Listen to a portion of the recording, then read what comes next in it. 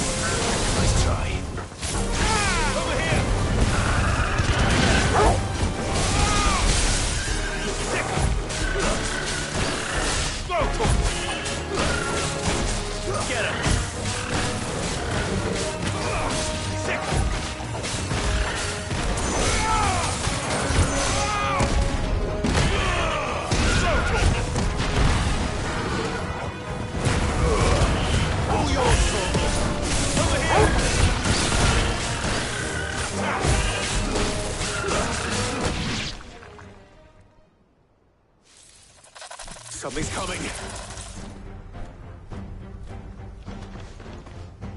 Apologies, my lord. Did I miss anything? Only the first round, so wait. Shall we?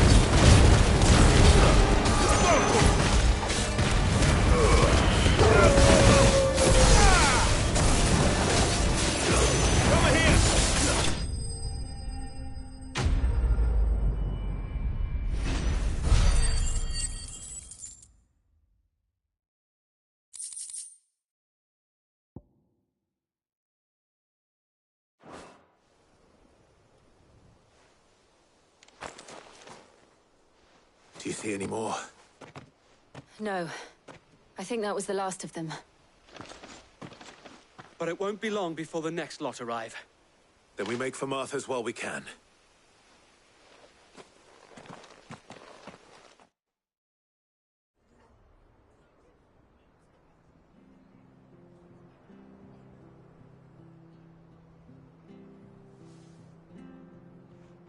What did you find out there? The same as Sir Wade. Scores of Akashic. Well, wherever they came from, they're gone now. Our lookouts say the lowlands are clear. Hopefully we'll have enough time to lick our wounds. How many of your men were injured? A damn sight less than if you hadn't turned up. Thank you. It was a hard-fought victory. But as long as the skies remain dark, I fear the Akashic's numbers are only going to rise. It's not a matter of if the Horde will be back, but when. And whether that's sooner or later, we'll need to be ready. The inn here affords a good view of the land, and is easily defendable. I'd like to make this one of our outposts. What do you say, Martha? You'd have more men to guard the rest. Well, when you put it like that, of course they can stay.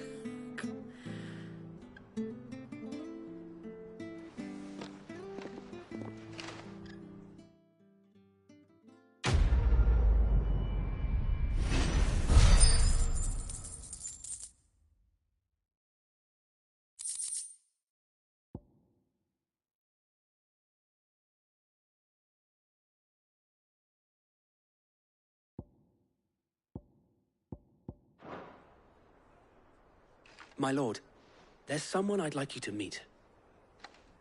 Oscar, over here.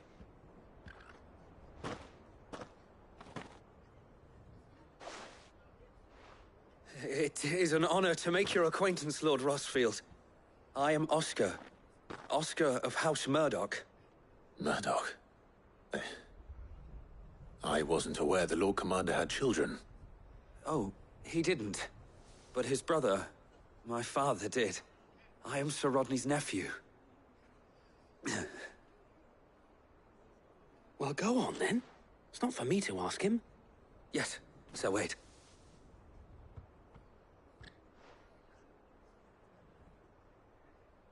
If it please you, my Lord Marquis, might you take me as your squire? I would learn the duties of a shield from the finest. I'm sorry to disappoint you, Oscar, but I'm a shield no longer. Nor was I ever the finest. And spending time in the company of an outlaw hardly seems a fitting education for one aspiring to take his oaths. My Aunt Hannah once told me that a man is not defined by his title, but what he does in its name. You have accomplished much since taking on the mantle of Cid, winning no little honor in so doing. And I would sooner serve under an honorable outlaw than an unworthy shield. Not that Sir Wade and the other Guardians are... I mean to say that, they're... It's all right. We know what you mean. There is only so much the boy can learn from me, my lord. But a squire... Would that really be so bad? You were a squire once. And I'm certain Sir Rodney would approve.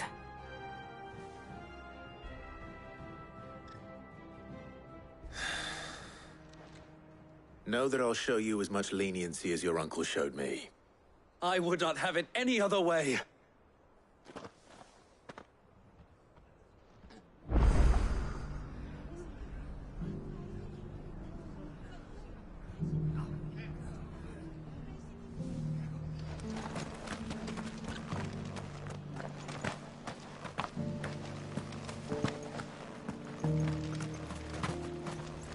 What are you after?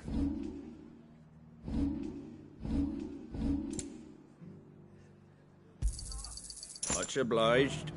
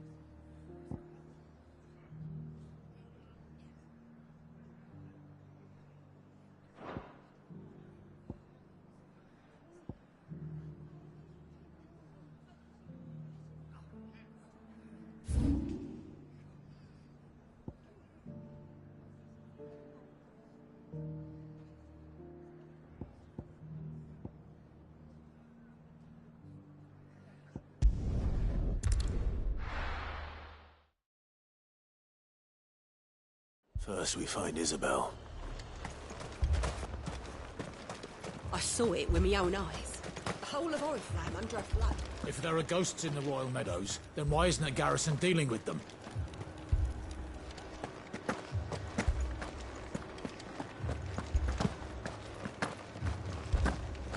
Four left for more on the captain's orders.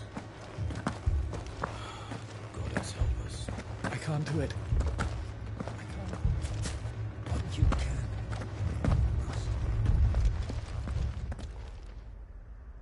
My lord. My lady. We received the dame's message. There have been sightings of strange creatures, I understand. With the blue eyes. Yes. Like a Kashik, but different. They've taken so many. I've lost count. Akashic, but different. Ultimus thralls. And what of your mistress? Is she here? Oh, no. She went to the garrison to ask what they were planning on doing about all this. Then we'll look for her there.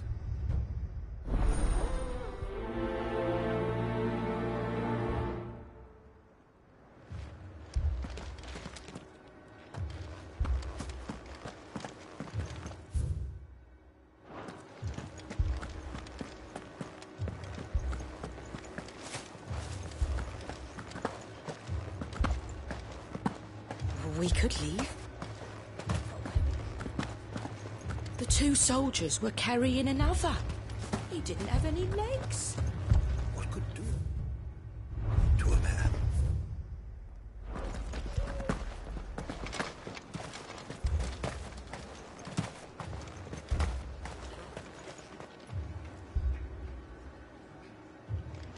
Madame, please! Half the garrison's been slaughtered by those things. We lost the captain this very morning. We've tried requesting reinforcements, but there's been no word from the capital or the Dominion in days! What more would you have us do? I would have you do your duty. Those at the Vale look to me for protection. And protect them I shall. Because they are my charges, and that is my duty. In case you have forgotten, the people of this town are your charges. But more than that, they are your people. Your sisters, your brothers, your lovers. So you have a choice. Lay down your sword and watch as they are slaughtered, or take it up and do what is right. She speaks the truth, you know. This here, it's all we have. It's all that's left. What we have left is our lives! Do you really want us to lose them as well? Not if we don't have to. Look, there's a cask under the captain's bunk. Let's talk about this over a drink, eh? I'm listening. I'll have a word with him.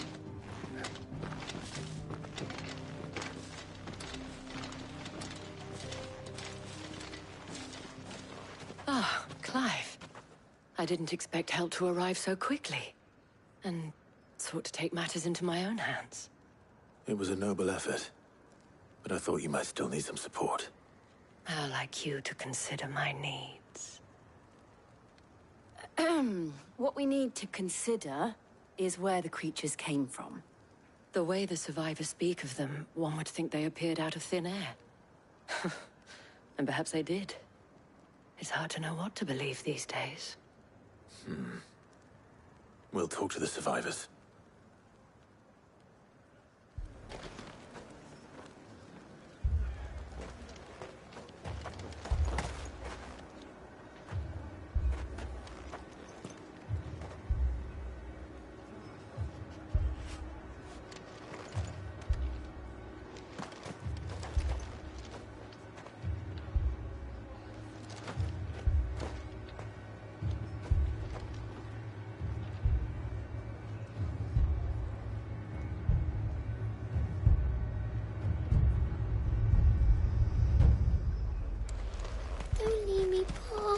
My family.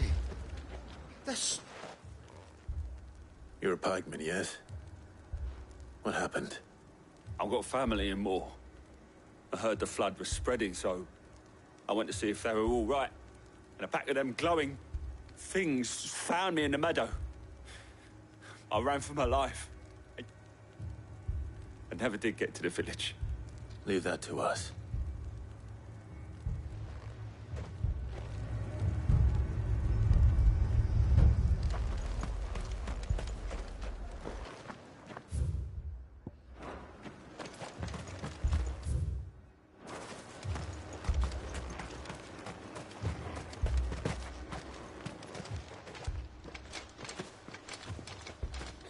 Did you see the creatures that attacked you? Creatures? Yeah, they came out of nowhere. They went for Joseph first, then me, and then they were just gone. Do you remember where you were? On the road from Oriflamme. We just passed Moor when...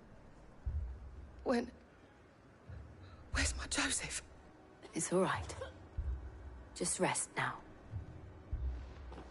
At least we have an idea of where the thralls might be now. We should head for Moor. The captain's head. Before we could even draw his steel.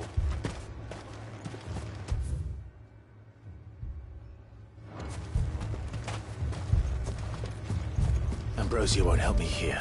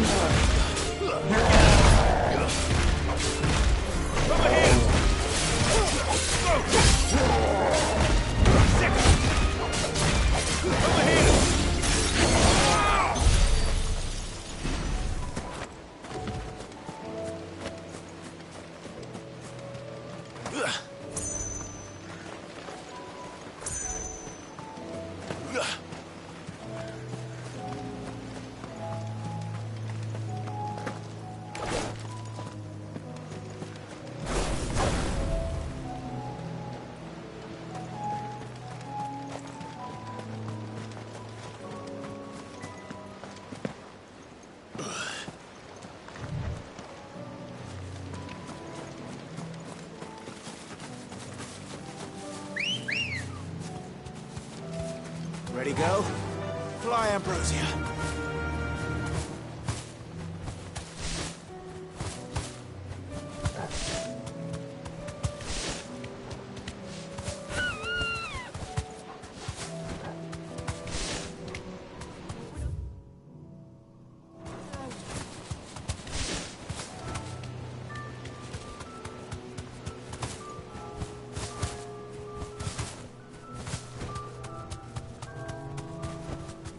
Thanks, girl.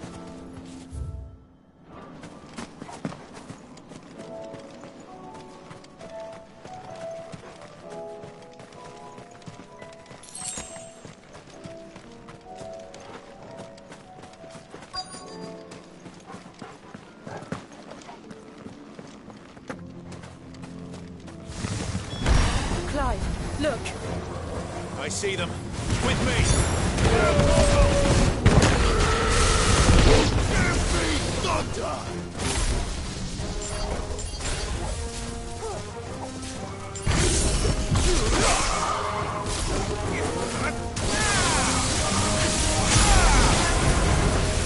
Should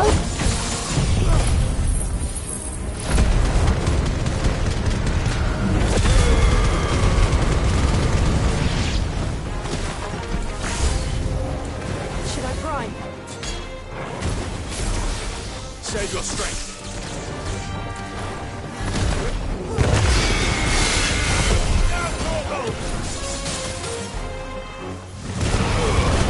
All yours, Tom.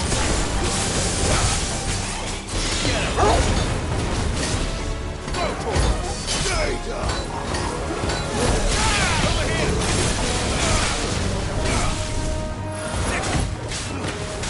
Go for it. Get him.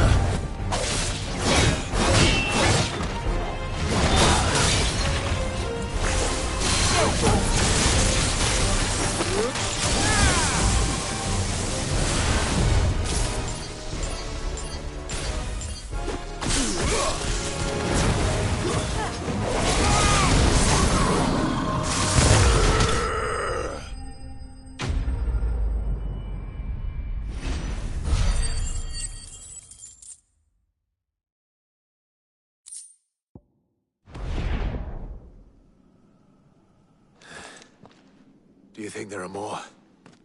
There are always more. But I'd say we've done what we can for the time being. Then we should let Isabel know.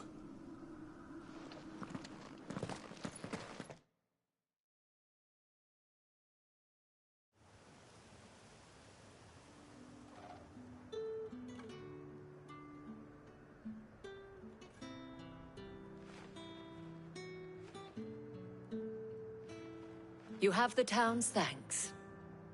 Don't thank us yet. There will be more. Many more. And you'll need to be ready for them. Oh, we shall. Isn't that right, Captain? Yes, milady. The garrison will be ready. Philippe here has convinced most of the men to remain at their posts. For now, at least.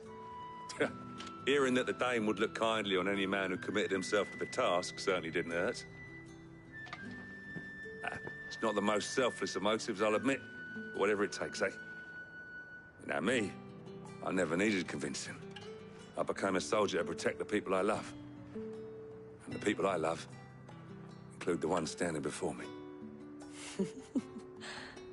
Handsome and chivalrous.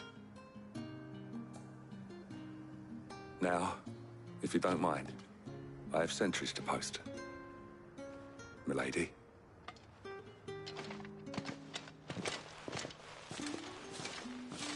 Lest you wonder, I'm not foolish enough to believe that this has solved all of my problems.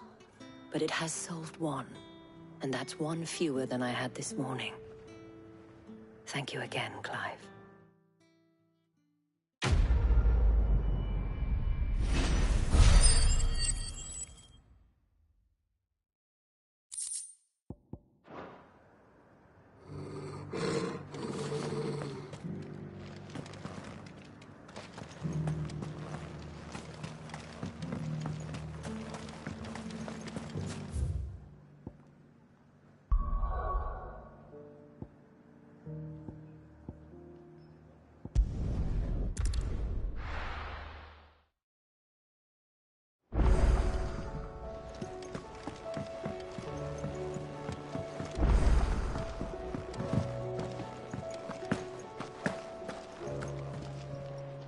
noticed you and Torgal had gone off somewhere. Take him for a walk, did you? You could say that.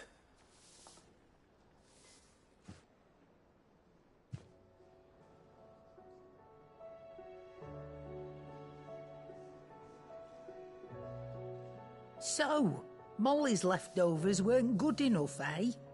That'll teach me for treating you like you're still a pup. All right, no need to shout.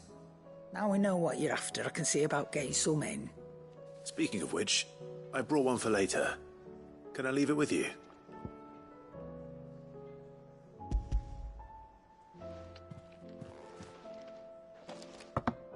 You can, aye. I'm nice like that. In return, you can thank Tomes for me. The bloody know-it-all. I was just on my way to see him.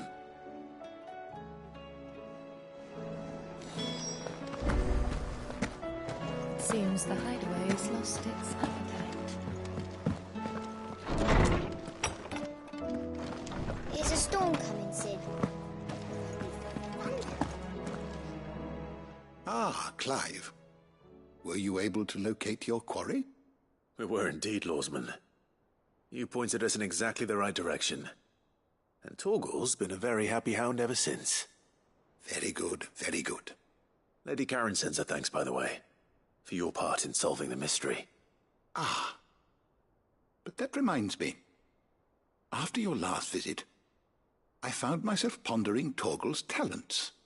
Do you recall our conversation concerning Lady Jill's role in Torgal's transformation? About how she somehow woke the power within him. Precisely that. A reasonable conclusion, I thought, but one which raised certain questions in my mind. You see, the Fenrir of legend served Shiva and Shiva alone, and while the powers attributed to him are certainly impressive, the records imply they are somewhat different in nature to those you described Torgal as having used. What are you suggesting? That Torgal may be the beneficiary of more than one icon's power. Consider that in addition to Lady Jill, he has served as a loyal companion to you, your brother, and even the late Cid.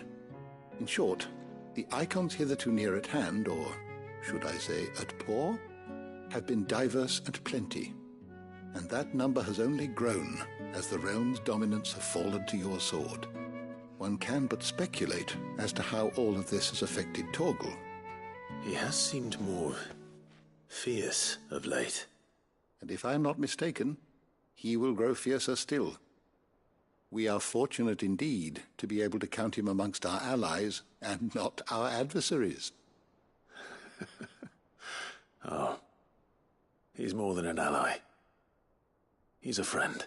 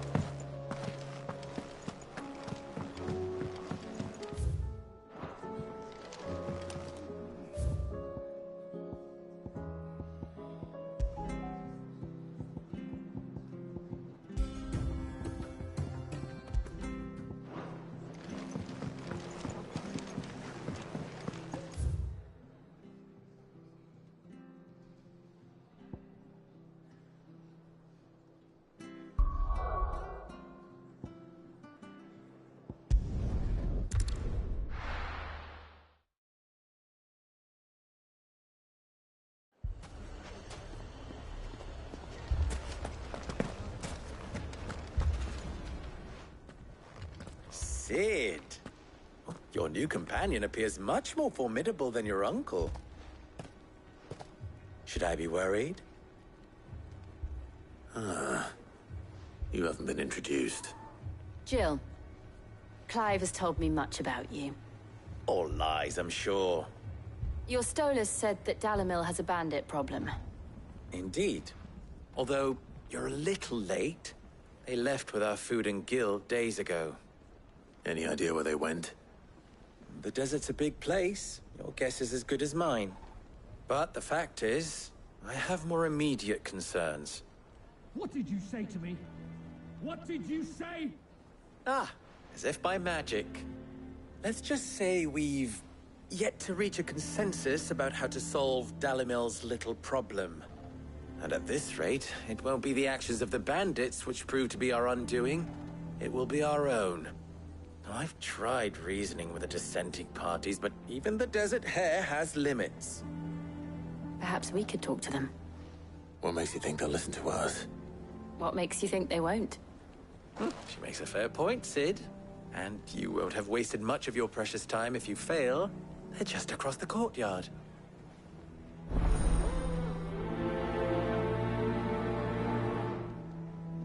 Suppose we just follow the shouting.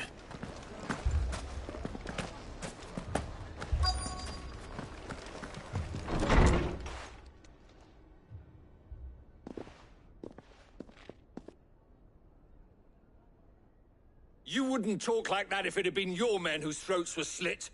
Blood for blood, it's the only way.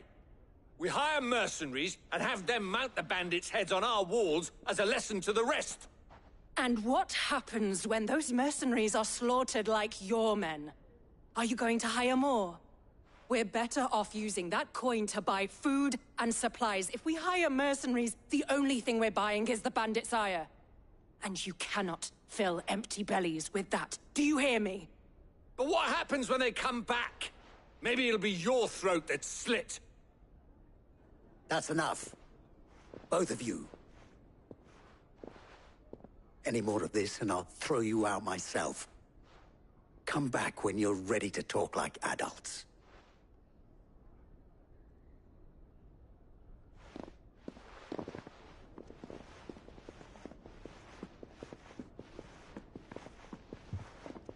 Victor.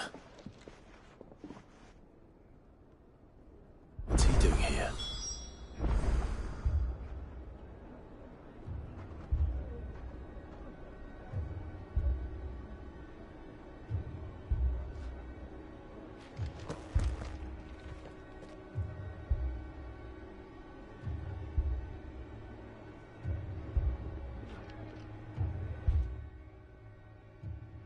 Sid. And Lady Jill. What brings you here? I was about to ask you the same thing.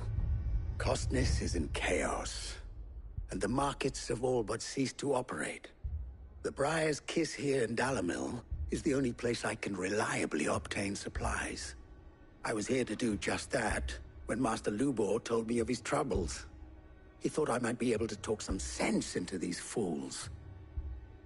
But if you're here, I suppose his patience must be waning. Who are those people? Those were the thorns in Lubor's side. And the reason this place might be headed the same way as Costness. It's these accursed skies. The darkness is enough to drive a man to madness. Or an entire city, for that matter. We're still working on the skies. But in the meantime, perhaps we can find a solution to Dalamil's problems. I hope so. For all our sakes.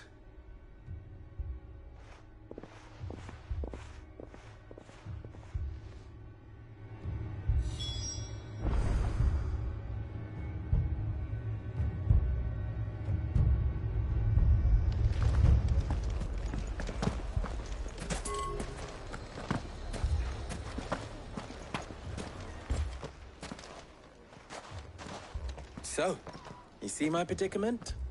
What I saw was a room full of people who were angry and afraid. And with good reason by the sound of it. But if left to smolder, that anger and fear could set the entire town alight. My thoughts exactly. What to do? Both sides wish to protect their homes and livelihoods, if only they could agree on how. But as long as they are divided, we are vulnerable. And if there's one thing bandits like, it's an easy target. What would Sid the Outlaw suggest? Well, if it were my namesake, he'd let them choose for themselves, and be on hand to pick up the pieces when it all went wrong. That sounds like a recipe for disaster. A recipe for disaster is precisely what it is. But perhaps that realization would be enough to make them question the ingredients. While it's plain neither Conrad nor Natalie will countenance the other's proposal, it may still be possible to make them doubt their own. Before presenting them with a third option. And that would be? To pool our resources and save the city ourselves. Why fight each other? When all that fear and anger can be directed at the bandits. It appears we have a plan of action. Victor, pay Conrad a visit. See if you can't convince him of his folly. I'll speak with Natalie. As you wish. Your faces are not well known in this town. That may prove useful. Don't worry, Victor and I will do most of the talking. You need only play along. Play along? What he means to say is yes.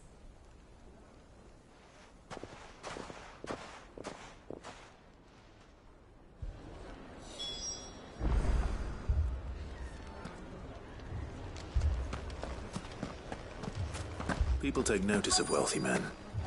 Shouldn't be too hard to track down Karen's collector.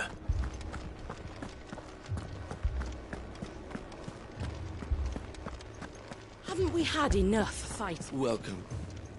If you're hoping for a bed, I'm afraid you'll have to look elsewhere. One of our wealthier patrons is... My reputation will be ruined! Ruined! Calm yourself, Lord Ignac, I beg of you, before you do yourself a mischief. Pardon the intrusion, but... Out! Get out! I paid for these rooms so I wouldn't be disturbed. Leave me be! Please, allow me to apologize. His lordship is going through a difficult time, and he's never been fond of guests arriving unannounced. Radim! Get rid of the filthy oaf this instant! Very good, Lord Ignac. Would you mind stepping outside for a moment?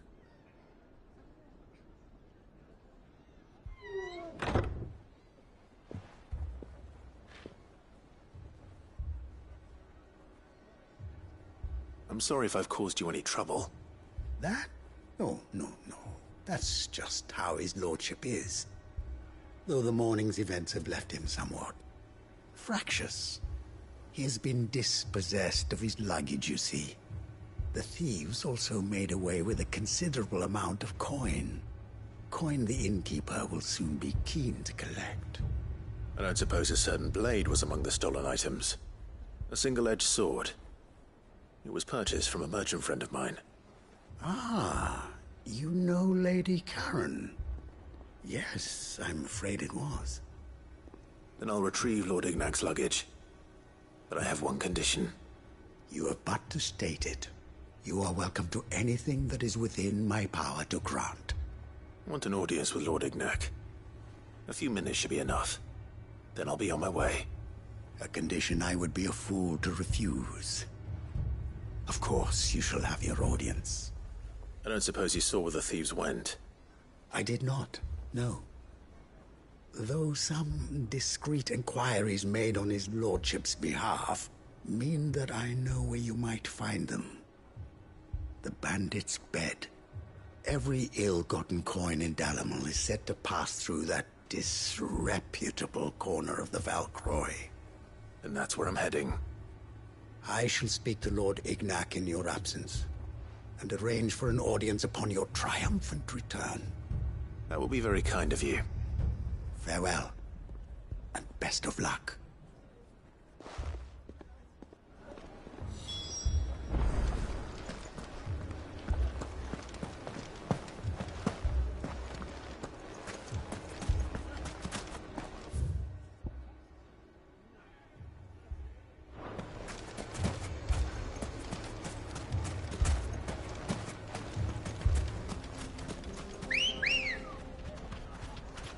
Good girl.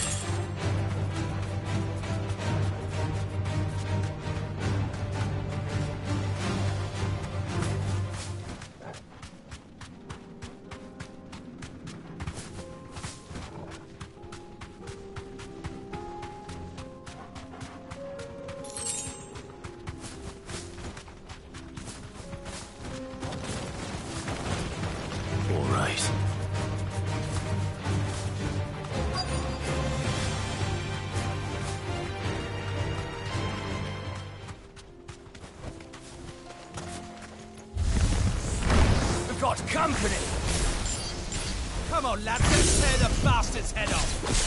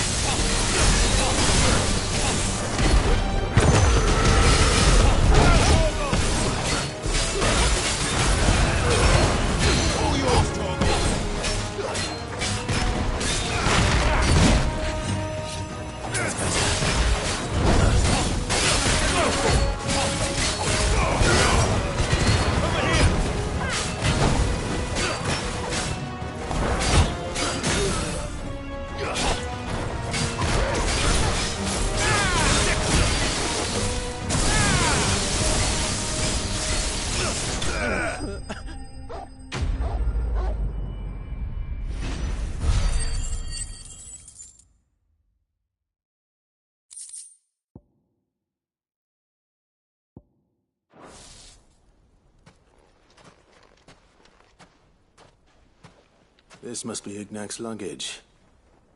Nothing seems to be damaged. All right. Let's get it back to Dalimil.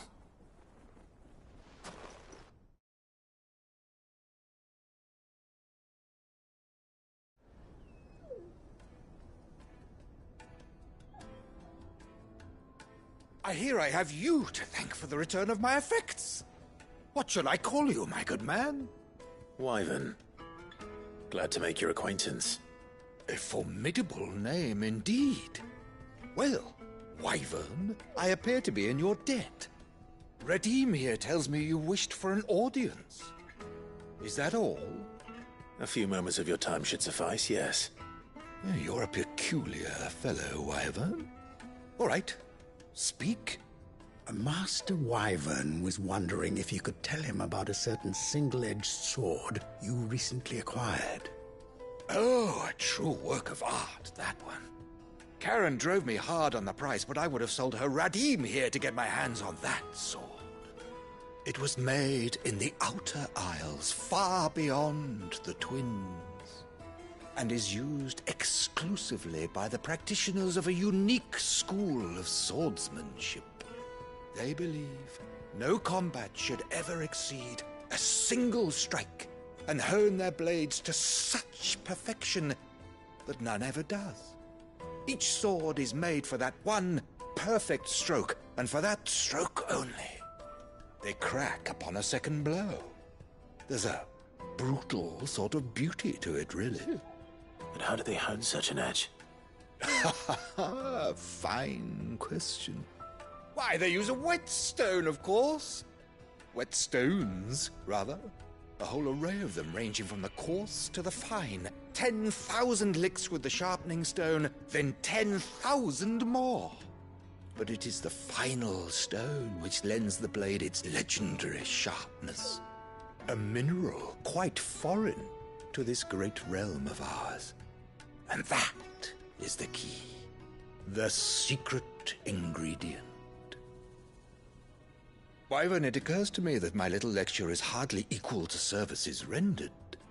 Take this, together with my regards.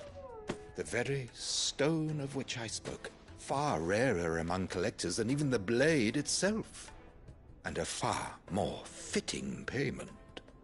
Thank you. Pardon the intrusion, my lordship. However, it is long past time we prepared ourselves to depart. So it is. I am locked in bitter competition with a rival collector of curiosities. I am one step ahead of the unscrupulous scoundrel, but he is hard at my heels.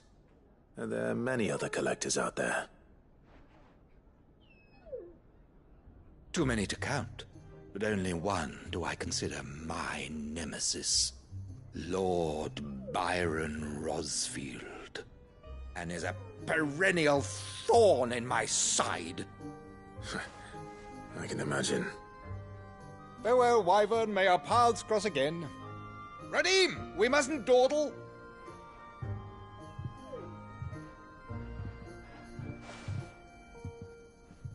I think his lordship is rather taken with you, Master Wyvern.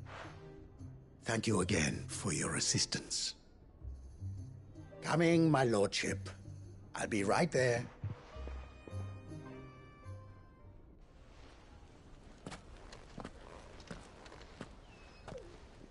Trust Uncle Byron to find such an interesting rival.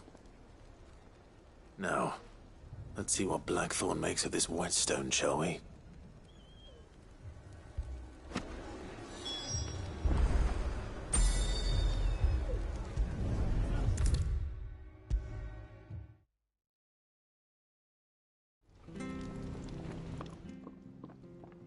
Sorry for the wait, but hopefully you'll agree it was worth it.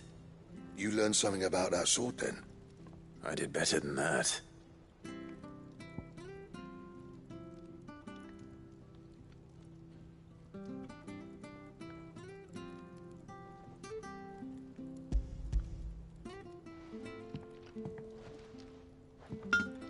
A whetstone?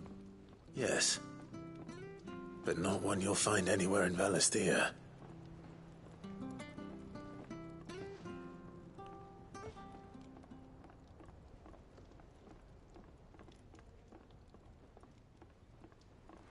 No wonder I couldn't get the same finish on the grinding wheel.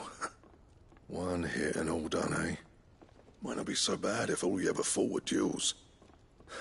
Good luck on the battlefield. Your second opponent would be your last, no matter how good you were. Even so, is there some way it could be used to give the Cursebreakers an edge? I think so, yeah. With this whetstone and the right kind of steel, I could probably even make a twin of the blade that rattled me. But there'd be no replacing this little rock once I worn it down to a sliver. I reckon we get a dozen swords from it, if that. Swords that the Cursebreakers wouldn't know how to wield properly, and that would see them through a single fire piece. Nah, no point trying to copy that thing. Be about as much use as a wax anvil. But finishing our blades with a whetstone this fine, now that's something to consider. And what's finer than fallen masonry, eh? Or more hard-wearing, for that matter. Just imagine it. Good Valisthean steel with an edge as sharp as any found in the Outer Isles. I won't make a copy, nah. I'll make something much better. I'm sure the Cursebreakers will be delighted. Just don't push yourself too hard. Don't you worry about me, Sunshine. I've been working day and night since I was half your age, and I'll still be here when you're long gone. Hey, thanks, Clive. I mean it. I owe you one, August too. It's good to know someone's looking out for me. You'll be happy to hear you said that. And I'll see that my debt to you's paid. First new blade I make's got your name on it. You come and find me when you've got the materials. Right. I will.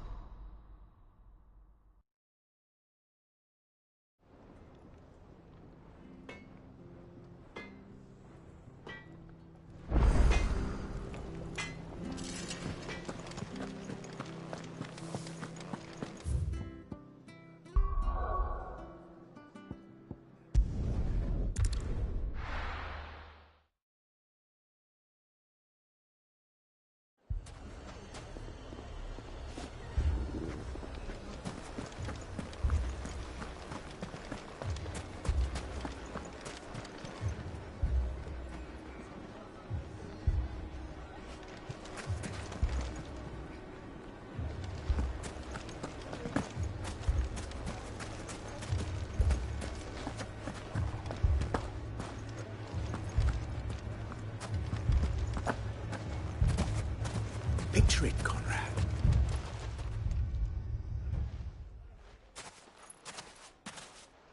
Ah, here she is. The Lady of the Spear herself. Conrad, may I introduce you to Jane, commander of the Red Wings, the oldest mercenary guild in the Free Cities.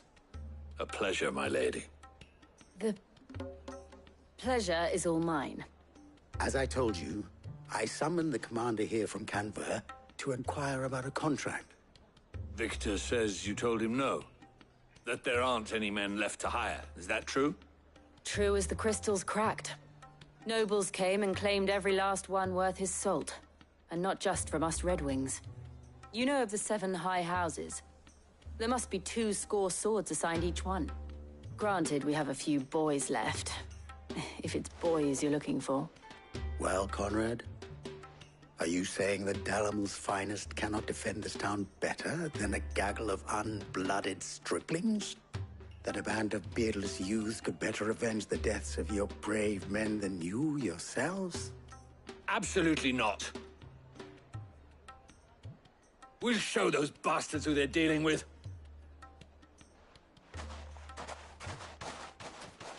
I can't believe that actually worked.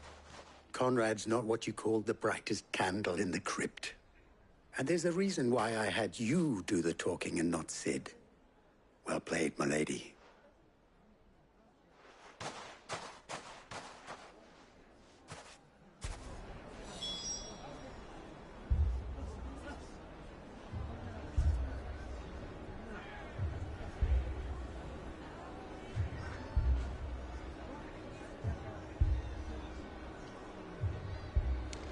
Then let us band together and show these brutes that Dalimil is not to be trifled with.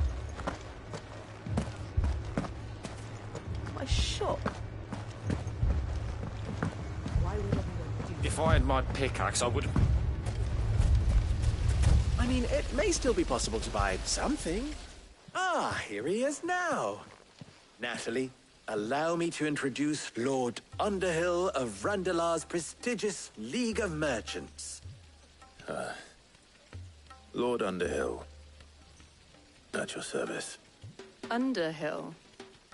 I was just telling the good lady of our conversation, my lord, and how you were lamenting the state of the capital's stores. Lubor says that not only are the granaries almost empty, but that war and the Blight mean this season's harvest won't be enough to fill them for winter. Indeed, certainly that is the case. The nobles in the capital are buying up the city's stocks of barley and wine, driving the prices higher than most commoners can afford. It is only a matter of time before the peasants revolt. It is worse than I thought. If what Lord Underhill says is true, I fear we have little hope of supplementing our stores, meager though they regrettably are. And while I applaud your endeavors to dissuade our more bellicose citizens from seeking vengeance, I sense Conrad is not wrong in his assessment of the bandits' likely return. Which means that now, more than ever, we will need to secure what little we still have. Food, weapons, herbs, everything. If our humble town is to endure not only this hardship, but those that are certain to follow, we must stand united. All right. If it will help to protect my home, I'll do it. But you needn't have gone through this charade.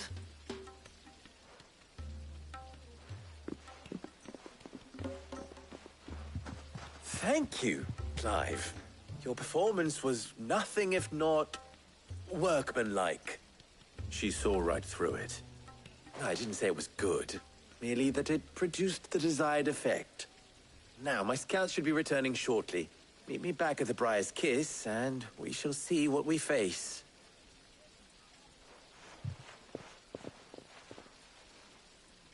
I'm not convinced our roles in this ruse were entirely necessary.